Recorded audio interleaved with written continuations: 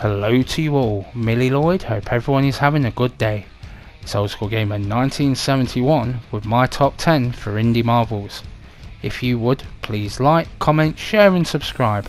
Spread the word if you would, as it makes the channel grow and puts a big old smile on this old face.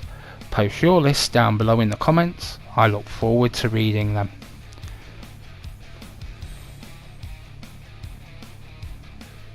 Number 10, 36 Fragments of Midnight, came to the PlayStation 4 in 2017 and was developed by Ratalaika Games.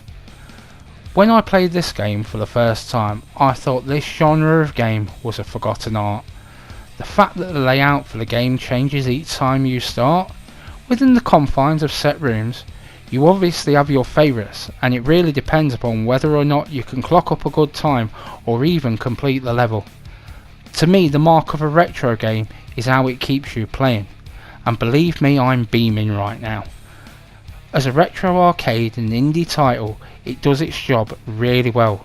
All you have to do is collect 36 fragments and get back to the exit. Sounds easy, right? So how about you try and let me know.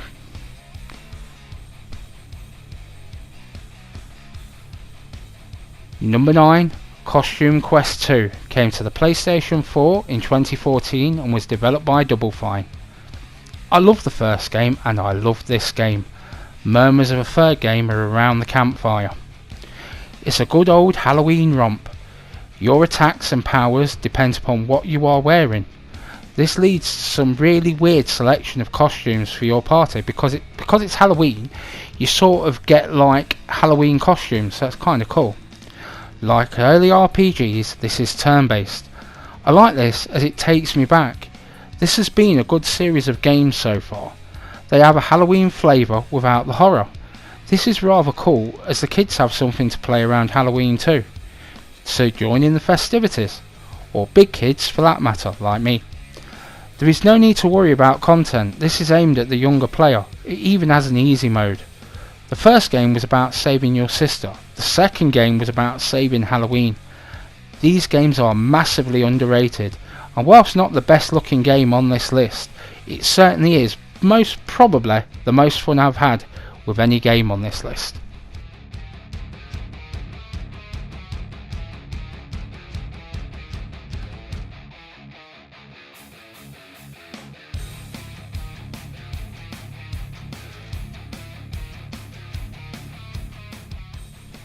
Number 8, Snake Pass, came to the PlayStation 4 in 2017, was developed by Sumo Digital.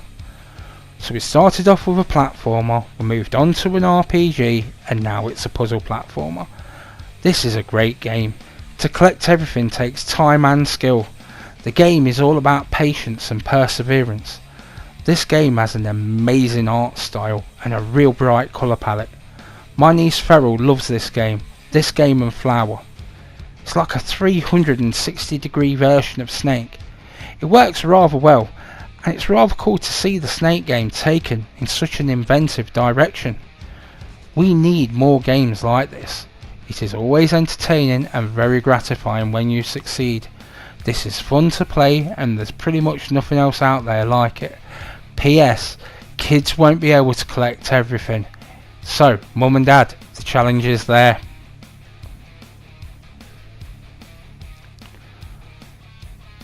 Number 7, Pixel Junk Monsters 2, came to the PlayStation 4 in 2018 and was developed by Q Games. The first game I loved from the second I played it. The second one took me a few goes, but now it tops the first game. At first it felt like it was below the standards set by the first game, but the longer I played I started to scratch beneath the surface, and boy, there was so much fun to be had with this game. Up to 4 players, first person mode, more towers, daily challenges, different shells and masks. As well, the levels are as taxing as before, and to get that rainbow? It's only in single player nowadays. Multiplayer is a whole other beast and takes real teamwork. I would love to get a 4 player going with the following players: Kyle, Drew, Shane Herbert and myself, to see if we can smash all of those levels. This probably is my favourite tower defence game, but definitely one of the most fun. Watching them dance on the towers to level up quicker, man, you gotta laugh.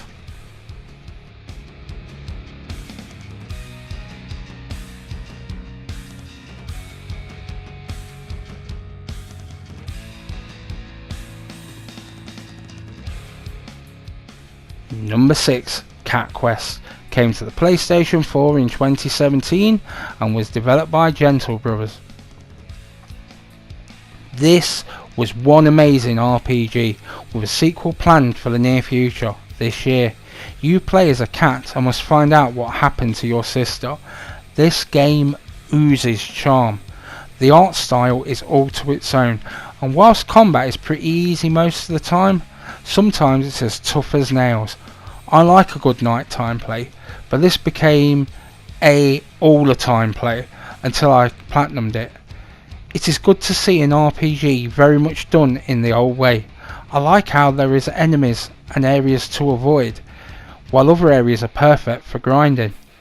I hope the tradition of this game continues with the second game, with armour and weapons and caves for you to explore. It is a classic from the future. I believe so.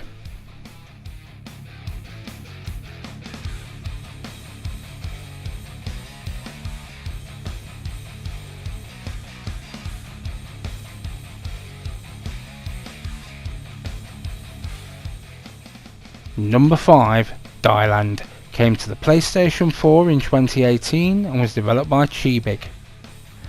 This was one of my favourite games in years. Simple in premise, fun as hell to play. I found myself playing this for hours. It reminded me so much of Harvest Moon.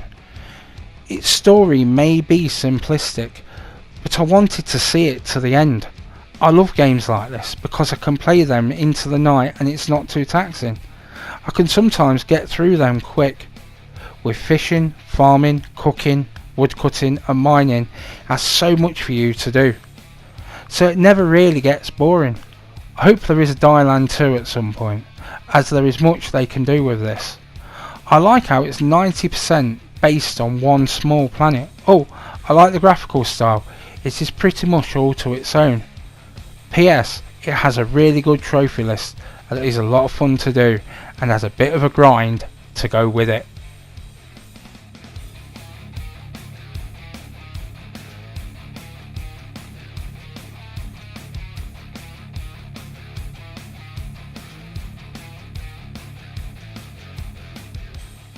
Number 4, Dead Nation, came to the PlayStation 4 in 2014 and was developed by Housemarque. Man, this was one of the best zombie shooters I've ever played. It was a real pity last year when Housemarque announced they would be no longer making twin stick shooters, but we are left with many classics such as this. It's a single player or two player cooperative, both local and online, with so many zombies to shoot on screen, loads of different loadouts, and never ending mode and world rankings. It's fast paced and a joy to play. It's knowing what your best weapon is for any situation. Having played this in 2 player, I can honestly say this is one of the best co-op games. I hope someday one developer or another picks up the reins for this game, as it could be taken in so many interesting directions. 4 to 8 player co-op anyone? Maybe even open world.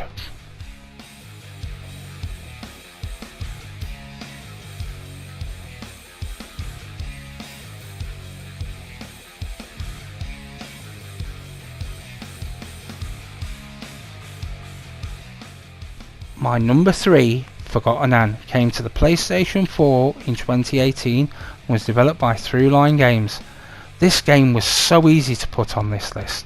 It's one of those games that just turns your head. It's a Metroidvania game with an interesting premise.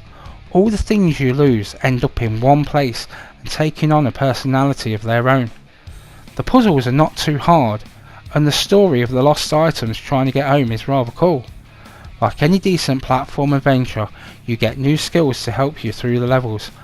I would say in this last year, this surprised me most, because the visual style is Metroidvania, but with that story, It is a great visual style here and a fantastic orchestral soundtrack. An underrated classic this most definitely is. PS, this plays so well and it's so easy to get into. PPS, please get me a sequel before the PlayStation 5.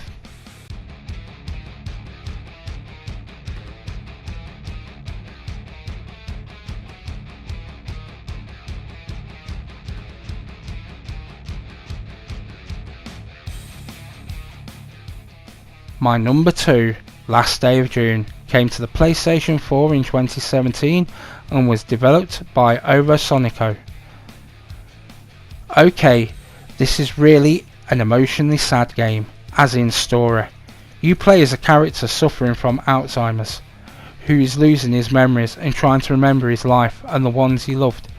Its graphical style is really cool and there is nothing else out there even remotely close to this. I can tell you, this is so very well worth the journey, and after this, the thought of you getting this disease and forgetting your life, the good and the bad. I don't want to ruin a single thing about this story. I only hope that other games dare to go where this did. A subject that other games don't dare touch. People shouldn't suffer in silence. We should talk about things. PS, I know this is just a game, but for me at least, it was a story that everyone should play. It is so amazing. Plus, it's not that expensive. PPS, what is astounding about this game is it has no speech nor written word, which means you get everything from sound, and still somehow you understand everything that is going on. Well done to the developer.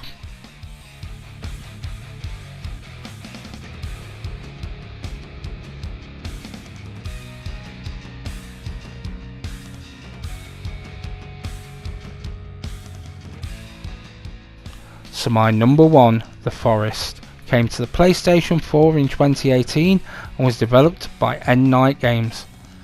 Okay, I could only put this at number 1. I love the game so much. It's just so much fun to be had. Building, combat, hunting and collecting materials, it's just so good. It's nice to see a game that gives you a story and then leaves you to your own devices. You can save your son in the game if you find time. I have 2 traps near my house and many small traps to catch food and skins spread out across the map. This is one amazing open world game. It's finding the right location for your bases. You always feel threatened, the mutants, cannibals and the wildlife. They can all take you out. Crafting weapons and armour is both cool and a necessity. I cannot sing this game's praises enough.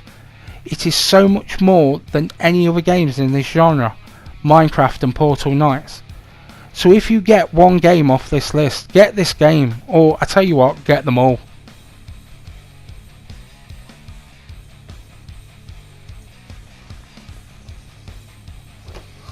Well, that's about it for me today. If you like this list, there's plenty more content like this on my channel. Enjoy the rest of your day.